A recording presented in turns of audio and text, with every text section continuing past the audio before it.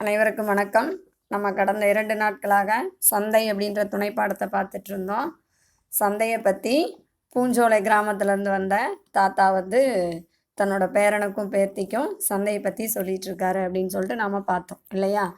கீர்த்தனா அவரோட பெயர்த்தி இல்லையா. பெயர்த்தி அப்படின்னா பேத்தி அப்படின்னு அர்த்தம். ஒரு மிகப்பெரிய மாலுக்கு போகலாம் அப்படின்னு சொல்லிட்டு கேட்குறாங்க. மால் அப்படின்னா என்னன்னு சொல்லிட்டு தாத்தா கேட்குறாரு. அப்போ தான் எல்லா பொருளையும் ஒரே இடத்துல கிடைக்கக்கூடிய இடத்த தான் என்னன்னு சொல்கிறான், மால் அப்படின்னு சொல்லிட்டு மூர்த்தி சொல்கிறான். அப்போது எங்கள் ஊரில் இருக்கக்கூடிய கிராம சந்தையா அப்படின்னு சொல்லிட்டு கிராம சந்தையை பற்றி சொல்கிறாரு இல்லையா. அப்போது இந்த கிராம சந்தையில் தாத்தா சொல்கிறாரு, கிடைக்காத பொருள்களே இல்லை. கடுகு சீரகத்திலிருந்து உணவு தானியங்கள், காய்கறிகள், கோழி, ஆடு, மாடு, அது மட்டும் இல்லாமல் என்னது அலங்கார பொருட்கள், கண்ணாடி, சீப்பு, இது எல்லாமே கிடைக்கும் அப்படின்னு சொல்லிட்டு சொல்கிறாங்க சரியா.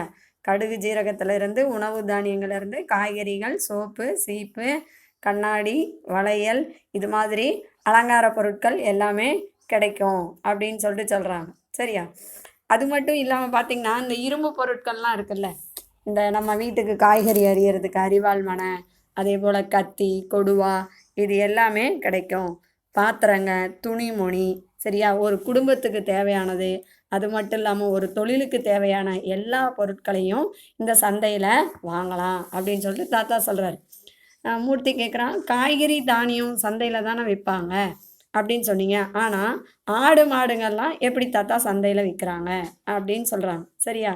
அப்போது நம்மளோட சங்க காலத்தில் பார்த்தீங்க அப்படின்னா நிலங்களை 5 வகையாக பிரிச்சுருந்தாங்க. குறிஞ்சி நிலம் பார்த்திங்கன்னா மலையும் சார்ந்த பகுதி சரியா. முல்லை நிலம் பார்த்தோம்னா காடும் சார்ந்த பகுதி. அப்போது குறிஞ்சி நிலத்தில் இருக்கக்கூடிய மக்களோட வேலை என்னன்னு பார்த்தீங்க அப்படின்னா கிழங்கு அகழ்தல், தேன் எடுத்தல். முல்லை நிலத்து மக்களோட வேலை என்னன்னு பார்த்தீங்கன்னா நிறை மேய்த்தல். நிறைனா ஆடு மாடுகளை மேய்த்தல். இது மாதிரி இந்த 5 வகை நிலங்களில் தொழில் அப்படியே கொஞ்சம் கொஞ்சமாக வளர்ந்து அப்போ இருந்தே நமக்கு விலங்குகளோட தொடர்பு இருந்தது, ஆடு மாடுகளோட தொடர்பு இருந்தது அப்படின்னு சொல்லிட்டு தாத்தா சொல்கிறார். உழவு தொழிலில் மனுஷனுக்கு பக்கபலமாக இருக்கிறது என்னது, இந்த கால்நடையும் அப்படின்னு சொல்லிட்டு சொல்கிறாங்க. நான் உங்களுக்கு நேற்று சொன்னேன் இல்லையா, மேச்சேரியில் ஆட்டு சந்தை மாட்டு சந்தையெல்லாம் இருக்குது அப்படின்னு சொல்லிட்டு சொன்னோம் இல்லையா. அதே போல் குளத்தூர்லேயும் மாட்டு சந்தையெல்லாம் இருக்குது அப்படின்னு சொல்லிட்டு சொல்கிறோம் இல்லையா. அப்போது சங்க காலத்தில் சந்தை அப்படின்னா ஒரு வீட்டுக்கு தொழிலுக்கு தேவையான அனைத்து பொருள்களுமே நமக்கு கிடைக்கும். இந்த படத்தை பாருங்கள், எவ்வளோ கூட்டமாக எல்லாம் சந்தைக்கு போயிட்டுருக்காங்க. திருவிழா மாதிரி இருக்கு இல்லையா, இது மாதிரி தான் இருக்கும். அப்போது கால்நடைகளில் சந்தையில் தமிழ்நாடு முழுவதும் இருக்குது அப்படின்னு சொல்கிறாங்க. நம்ம மதுரையில் ஒரு பகுதியை பார்த்திங்கன்னா மாட்டுத்தாவணி அப்படின்னு சொல்லிட்டு சொல்லுவாங்க சரியா. இந்த மாட்டுத்தாவணி அப்படின்னா என்ன அப்படின்னா அங்கே சந்தைக்கு தேவையான பொருட்கள் எல்லாமே, அந்த சந்தையில் நமக்கு தேவையான எல்லா பொருட்களுமே கிடைக்கும். மாடுலேருந்து எல்லாமே கிடைக்கும். இப்போது அந்த மாட்டுத்தாவணி அப்படிங்கிறது மதுரை பேருந்து நிலையமாக இருக்குது அப்படின்னு சொல்லிட்டு சொல்கிறோம். உடனே அவங்க தாத்தா சொன்னதை கேட்டோடனே மூர்த்திக்கு பயங்கர ஆர்வமாக இருக்குது சரியா. கிராமச்சந்தை கேட்குறதுக்கு எனக்கு ரொம்ப ஆர்வமாக இருக்குது, இன்னும் சொல்லிக்கிட்டே போங்க தாத்தா அப்படின்னு சொல்கிறார். கிராமச்சந்தையில் இன்னும் என்ன இருக்கா, கழைக்கூத்து, பொம்மலாட்டம், இது எல்லாமே இருக்குது அப்படின்னு சொல்கிறார். கிராமச்சந்தைக்கு போகிறதுனாவே எங்களுக்கெல்லாம் திருவிழாவுக்கு போகிற மாதிரி அப்படிங்கிறார். நம்ம தெருக்கூத்து அப்படிங்கிறது இப்போ எல்லாமே மறந்து போச்சு. நீங்கள் இப்போ நீங்கள் இந்த தெருக்கூத்து நிகழ்ச்சியை பார்க்கணும் அப்படின்னா நம்மளோட தொலைக்காட்சியில், மக்கள் தொலைக்காட்சி பார்த்தீங்க அப்படின்னா தெருக்கூத்து போடுவாங்க. அந்த தெருக்கூத்தில் பார்த்திங்கன்னா இதிகாச கதைகள், புராண கதைகள் இதுதான் நடத்துவாங்க சரியா. அதே போல் பொம்மலாட்டம் கேள்விப்பட்டிருப்பீங்க சரியா. இந்த பொம்மலாட்டமும் பார்த்திங்க அப்படின்னா அதாவது திரைக்கு பின்னாடி 2 பொம்மைகளை வச்சு நூலை வச்சுட்டு என்ன பண்ணுவாங்க, அதை ஆட்டி மனுஷங்களுடைய பேச்சுக்கு தகுந்த மாதிரி அதனோட அசைவுகள்லாம் இருக்கும். இது மாதிரிலாம் சங்க காலத்தில் இருக்குது. அந்த நிகழ்ச்சிகள்லாம் பார்க்கும்போது பார்த்திங்கன்னா ரொம்ப அருமையாக இருக்கும். அதெல்லாம் விட்டுட்டு நீங்கள் இப்போ எல்லோரும் எதை விளையாண்டுட்ருக்கீங்க, எப்போ பார்த்தாலும் கையில் செல்லாக தான் வச்சிட்ருக்கீங்க, கேமே தான் விளையாண்டுட்ருக்கீங்க. இது உங்களுடைய மூளையை இன்னும் மழுங்க செய்யும். இப்போ இது மாதிரி கலை நிகழ்ச்சிகள்லாம் பார்க்கும்போது ஒரு கலைஞனுடைய திறமையை அது வெளிப்படுத்தும். இந்த கிராமச்சந்தை பார்த்திங்க அப்படின்னா ஒரு திருவிழா போல் இருக்கும்.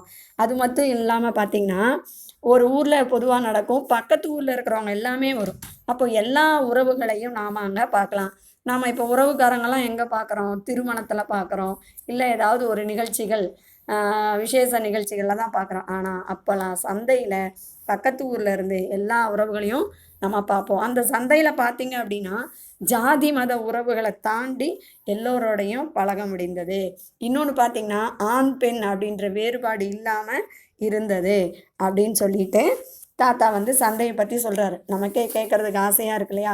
உண்மையிலே அப்படிலாம் இருந்திருக்கா? அந்த சந்தையெல்லாம் இப்போ இருந்தால் எவ்வளோ நல்லாயிருக்கும் அப்படின்ற மாதிரி இருக்கு இல்லையா? அப்போது மக்களுக்கும் இந்த வியாபாரிகளுக்கும் தொடர்பு பார்த்திங்கன்னா தலைமுறையாக இருந்தது. வாரம் ஒரு முறை உறவுக்காரங்களை பார்த்துட்டு வரக்கூடிய ஒரு மகிழ்ச்சியும் இருக்கும்.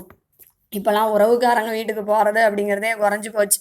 சரியா? கூப்பிட்டாமா ஆமாம் நீ போமா நான் வரலை அப்படின்னு சொல்லிட்டு எல்லாம் வீட்டில் உட்காந்துட்டு ஒன்று டிவி பார்க்குறது, இல்லைனா ஃபோனை எடுத்து விளையாடுறதுலே இருக்கும். ஆனால் வாரம் ஒரு முறை இந்த சந்தைக்கு போகும்போது எல்லா உறவுக்காரர்களையும் பார்க்கும்போது மனம் விட்டு பேசும்போது அவங்களோட மனக்கவலைகள் எல்லாமே தீரும். இப்போ தான் இந்த டென்ஷன் அப்படின்ற ஒரு வார்த்தையே இருக்குது.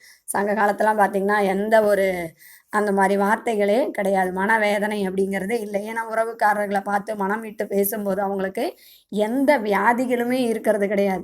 இப்போலாம் பார்த்திங்கன்னா 30 வயசுலேயே சுகர் வந்துருச்சு, ப்ரெஷர் வந்துருச்சு அப்படின்றோம். ஏன் அதுக்கு என்ன காரணம்னா மன அழுத்தம் தான். நம்ம வீட்டுக்குள்ளேயே இருந்துட்டு என்ன பண்ணுறதில்ல, நம்மளோட உணர்வுகளை வெளிப்படுத்துறது கிடையாது. நாம் அதை உறவுக்காரங்களோட பகிர்றதும் கிடையாது. ஆனால் சங்க காலத்தில் இப்படி இருந்ததுனால தான் அவங்க நோய் இல்லாமல் நீண்ட நாள் இருந்தாங்க. இதெல்லாம் கேட்கும்போதே ரொம்ப மகிழ்ச்சியாக இருக்குது மூர்த்திக்கு. மூர்த்தி கேட்குறான், பூஞ்சோலை வீட்டில் அத்தனை ஆடு மாடு இருக்கே தாத்தா, எல்லாமே சந்தையில் வாங்கினது தானா? எல்லாமே சந்தையில் வாங்கினது தானா அப்படின்னு சொல்லிட்டு மூர்த்தி கேட்குறான். தாத்தா சொல்கிறது, இதில் சந்தையில் வாங்கினதும் இருக்குது, பாதி வீட்டிலையே இருந்ததும் இருக்குது. ஆடு மாடெல்லாம் குட்டி போடும் இல்லையா? அது வீட்டிலே வாங்கினதும் இருக்குது. நான் சந்தையில் ஆடு மாடு வாங்கினதை நினச்சா இப்போவும் வேடிக்கையாக இருக்கும். உங்களுக்கு தெரியும், யாராவது ஆடு மாடு எப்படி வாங்குவாங்கன்னு பார்த்துருக்கீங்களா? இல்லை அப்படின்னா அந்த சந்தை கூடக்கூடிய இடத்துல போய் பாருங்கள். 2 கைகளை ஒன்றா வச்சுக்குவாங்க, துண்டை போட்டு மறைச்சிக்குவாங்க. அது எப்படி பேசுவாங்கன்னே தெரியல. சரியா? விலை எப்படி பேசுவாங்க. நாமெல்லாம் இப்போ ஒரு கடைக்கு போனோம் அப்படின்னா ஒரு பொருளோட விலை ₹100 அப்படின்னாங்கன்னா, இல்லை குறைச்சி கொடுங்க அப்படின்னு கேட்குறோம். ஆனால் ஆடு மாடுகளை வாங்கும்போது அப்படி பண்ண மாட்டாங்க. 2 கைகளை கோத்துட்டு மேலே வந்து என்ன பண்ணுவாங்க, துண்டை போட்டு மறைச்சிக்குவாங்க, விலை பேசி முடிப்பாங்க. இன்னொன்று எப்படி பார்த்தீங்க அப்படின்னா மாட்டோட கொம்பு, அதனோட பல், வால், அந்த திமில் அப்படின்னு சொல்லுவோம் இல்லையா? அதெல்லாம் பார்த்து மாட்டோட வலிமையை தெரிஞ்சு மாடே வாங்குவாங்க அப்படின்னு சொல்கிறாங்க. சரியா? தாத்தா சொல்கிறார், நான் ஒரு முறை போய் தஞ்சாவூரில் போய் மாடு வாங்கினேன். அதுவும் நடந்தே போனேன். 1 வாரம் நடந்து போய் மாட்டை வாங்கிட்டு அதை கொள்ளிடம் வழியாக ஓட்டுட்டே வந்தேன் அப்படின்னு கேட்குறான். அப்படின்னு சொல்லிட்டு தாத்தா சொல்கிறாரு. உடனே மூர்த்தி கேட்குறான், ஏன் தாத்தா சந்தையில் ஆடு மாடுகளை மட்டும்தான் விற்பனை செய்வாங்களா அப்படின்னு சொல்லிட்டு கேட்குறாரு. யார் சொன்னது? இல்லை, ஒவ்வொரு சந்தைக்கும் ஒவ்வொரு சந்தை பேர் போனது அப்படின்னு சொல்லுவாங்க. அப்போது நான் நேற்று உங்களுக்கு சொன்னேன், புகழ்பெற்ற சந்தைகள்லாம் ஏதாவது இருந்தது, என்னென்ன பொருளுக்கு எந்தெந்த சந்தை புகழ் வாய்ந்தது அப்படின்னு கேட்க சொன்னேன். கேட்டிங்களா என்னன்னு தெரில. நான் உங்களுக்கு சொல்கிற பாருங்க. இப்போ மணப்பாறை அப்படின்னு சொல்லிட்டு ஒரு ஊர் இருக்குது. அந்த மணப்பாறை ஊர் அப்படின்னு சொன்னாவே மாட்டுச்சந்தை தான் ஃபேமஸ். சரியா? புகழ்பெற்றது. அதே போல் அய்யலூர் அப்படின்னு சொல்லிட்டு ஒரு ஊர் இருக்குது. அந்த ஊரில் பார்த்தீங்கன்னா ஆட்டுச்சந்தை. ஒட்டஞ்சத்திரம் இப்போவும் நம்ம கேள்விப்பட்டிருப்போம். ஒட்டஞ்சத்திரம் அப்படின்னாவே காய்கறி சந்தை. நாகர்கோவில் தோவாளை அப்படின்னா பூச்சந்தைன்னு அர்த்தம். நாகர்கோவிலில் இருக்கக்கூடிய தோவாளை அப்படின்னு சொல்லிட்டு அந்த ஊரை சொன்னாவே பூச்சந்தை தான். ஃபுல்லாக பூவாக இருக்கும். நம்ம ஈரோடு நமக்கு தெரியும் இல்லையா? ஈரோடு ஜவுளி சந்தை கூடுவாங்க இல்லையா? ஜவுளிகள் மொத்த உற்பத்தியாளர்கள் எல்லாம் ஒன்றா சேர்ந்து வருவாங்க. கடலூருக்கு பக்கமாக இருக்கக்கூடிய காராமணி குப்பம்னா கருவாட்டு சந்தை. நாகப்பட்டினம் அப்படின்னா மீன் சந்தை. இப்படி தமிழ்நாடு முழுவதும் பல சந்தைகள் இருக்குது. இதை தவிர ஒவ்வொரு கிராமத்திலும் அந்த வட்டாரத்துக்கு தகுந்த மாதிரி சந்தைகள் நிறையா இருக்குது. அதே போல் கிழமைக்கு கணக்கு இருக்குது. ஒரு ஊரில் பார்த்திங்கன்னா ஞாயிற்றுக்கிழமை வைப்பாங்க, ஒரு ஊரில் திங்கக்கிழமை, இன்னொரு ஊரில் புதன், வெள்ளி இப்படின்னு சொல்லிட்டு ஒவ்வொரு ஊர்லேயும் ஒவ்வொரு கிழமைக்கு தகுந்த மாதிரி சந்தை இருக்குது. அப்போ ஒவ்வொரு ஊர்லேயும் என்னென்ன புகழ்பெற்றது, என்னென்ன பொருள் விலை மலிவாக இருக்குது அப்படின்னு சொல்லிட்டு அந்த காலத்தில் வாழ்ந்த மக்களுக்கு தெரியும் அப்படின்னு சொல்லிட்டு தாத்தா சொல்கிறாரு. இதெல்லாம் கேட்கும்போதே நமக்கு ரொம்ப மகிழ்ச்சியாக இருக்குது. இன்னும் இந்த சந்தையினுடைய பாடங்கள் நமக்கு இன்னும் முடியல. இன்னும் ஒரு வகுப்பு வரும். சரியா? அதனால் இந்த பாடத்தை நீங்கள் புத்தகத்தை எடுத்து ஒரு முறை நல்லா படித்து பாருங்கள். சரியா? நான் இது வரைக்கும் சொன்னேன் சந்தையில் என்னென்னலாம் கிடைக்கும், கடுகு ஜீரகத்திலேருந்து எல்லாமே கிடைக்கும் அப்படின்னு சொல்லிட்டு தாத்தா சொன்னார். தாத்தா சொல்கிறத பேரம்பேத்தி 2 பேரும் ரொம்ப ஆர்வமாக கேட்டுட்ருக்காங்க. இதனுடைய தொடர்ச்சியை நாம் அடுத்த வகுப்பில் பார்க்கலாம். நன்றி, வணக்கம்.